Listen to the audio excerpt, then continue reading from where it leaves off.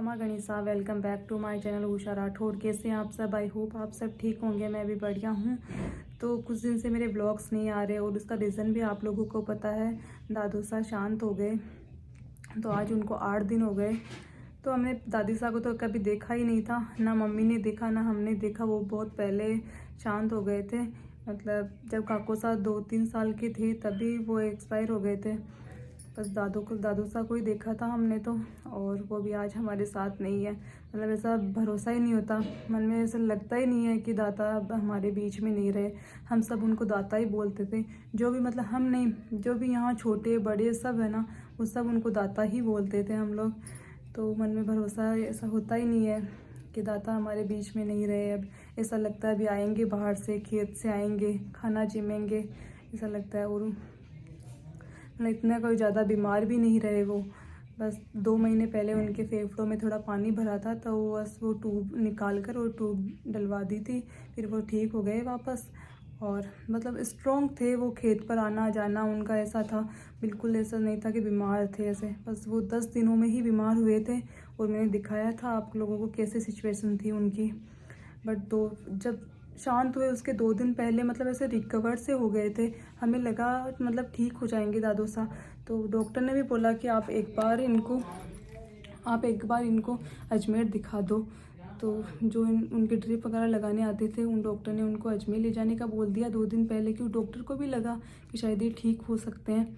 तो मतलब ऐसे तो हम जब बोलते थे ना दादा बाहर चलें, तो वो ऐसे जल्दी से खड़े हो जाते और चलने के लिए तैयार हो जाते। लेकिन उस दिन पता नहीं उनके क्या हुआ, कितने टाइट हो गए, बैठने का मतलब जाने का नाम ही नहीं ले रहे थे। बोल मना कर दिया कि नहीं जाऊँगा। तो फिर भी ज़बरदस्ती ऐसे उठाकर उनको गाड़ी में बैठाया, सबने मिलकर उन्हें गोद में लिया। पापा बोले कि चलो खेत पर चल रहे हैं।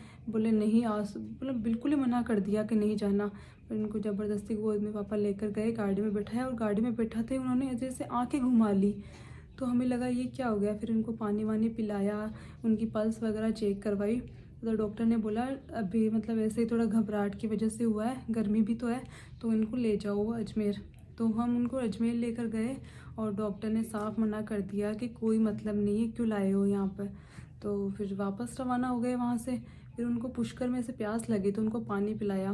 पानी पिलाते ही फिर गर्मी भी थी, तो पापा ने सोचा थोड़ा नारियल पानी पिला देते हैं। तो नारियल पानी लिया, और वैसे पीते ही मतलब 2 हिचकी आई, इसमें उनकी सांस निकल गई।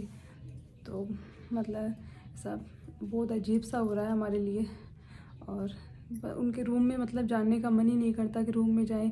बस मैं तो रूम के अंदर तो अभी तक मतलब 8 दिन में गई नहीं हूँ। पहले उनके रूम को मैं छोड़ती नहीं थी, उठते ही सीधे वहीं भागती थी। और अब मैं बस बाहर से सीढ़ियों से बैठकर सुबह शाम जाती हूँ, सीढ़ियों में बैठकर वापस आ जाती हूँ। बट इस बात का मुझे सुकून है कि मैं 1 महीने पहले आ गई उनके पास, और उनके साथ टाइम बिताया मैंने। तो आज के ब्लॉग में मैं जो हमने उनके साथ थोड़ा टाइम, ब्लॉग में हमने दादा के साथ कैसे क्या टाइम बिताया वो सारा शेयर करूँगी। तो वीडियो में एंड तक बने रहना है। और वीडियो पसंद आए तो इसे लाइक करें, शेयर करें, कमेंट करें, और चैनल को सब्सक्राइब करें। और यहाँ 2 भुआसा भी आ गए थे, मतलब हमारे रियल भुआसा तो नहीं है ये, मतलब पापा के भुआसा हैं। तो ये भी आ गए थे इनसे मिलने के लिए, इनकी तबीयत पूछने के लिए। तो यहाँ सब बैठे हैं उनके साथ। और दादू सा इतने परेशान हो रहे थे कि मतलब देखा ही नहीं जा रहा था। रात भर नहीं सोते थे, पूरे दिन नहीं सोते थे, बस इधर उसे बैठना उठना, बैठना उठना।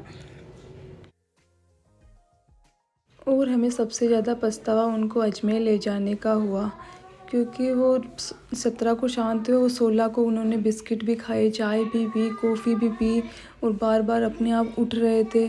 तो हमें लगा मतलब दादू साहब की दवाई लग जाएगी, वो ठीक हो जाएंगे, हमें उम्मीद बन गई थी। क्योंकि उन्होंने पहले 5-6 दिन तक मतलब पानी भी नहीं पिया था, और फिर 2 दिन में वो मतलब ऐसे खाना पानी सब ऐसे करने लगे थे।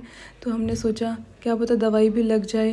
तो इस चक्कर में हम उनको अजमेर ले गए, और इस बात का बहुत पछतावा हो रहा है कि नहीं ले जाना था।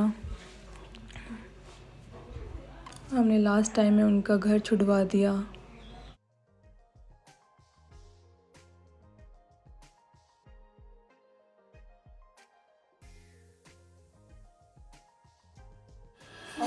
तो आज हमारे बुआ साहब वापस जाने की तैयारी में है, क्योंकि दादू साहब को पूछ लिया, दादू साहब की तबीयत में कुछ सुधार भी है।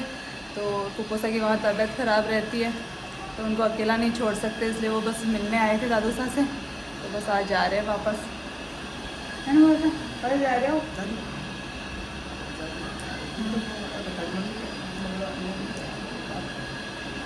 ये रुक नहीं सकते कि पुप्पो से अकेले रहते हैं वहाँ। कहीं ऊंचो करो, हाथ ऊंचो करो। भाई साहब क्या हाथ ऊंचो रुको।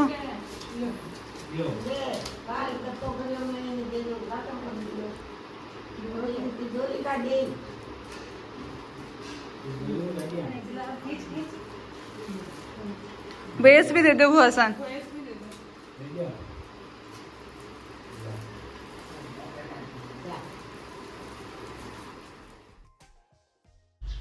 और फिर थोड़ी तबीयत में सुधार हुई तो फिर बुआ साहब भी चले गए, क्योंकि इनके पुप्पोसा हैं, उनकी तबीयत ख़राब रहती है। तो फिर ये भी चले गए थे, मतलब ये 15 को गए थे। मैंने भी दादू साहब को कहा मैं भी चली जाऊं, तो बोले मना कर दिया, बोले कि नहीं, गर्दन हिला दी कि क्यों तू नहीं जाएगी, हाथ पकड़ लिए मेरे।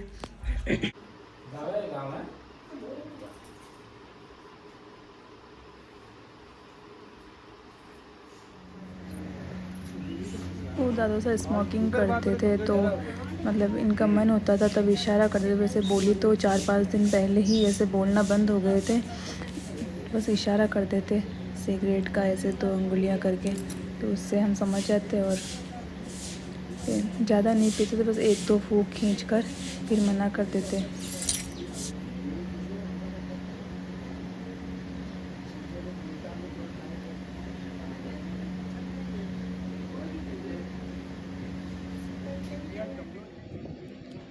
और ये क्लिप रात की है, जब हम दादू साहब के पास रात को 1-2 बजे तक ऐसे बैठे रहते थे, क्योंकि उनको नींद नहीं आती थी, तो हमें भी फिर ऐसे मन में ऐसे सोने का मन ही नहीं करता था, तो हम सब यहीं बैठे रहते उनके पास। और दादू साहब की बहुत अच्छी सी सेवा की सब ने, क्योंकि दादू साहब सबसे अच्छे से बात करते थे, किसी से कोई लड़ाई झगड़ा नहीं।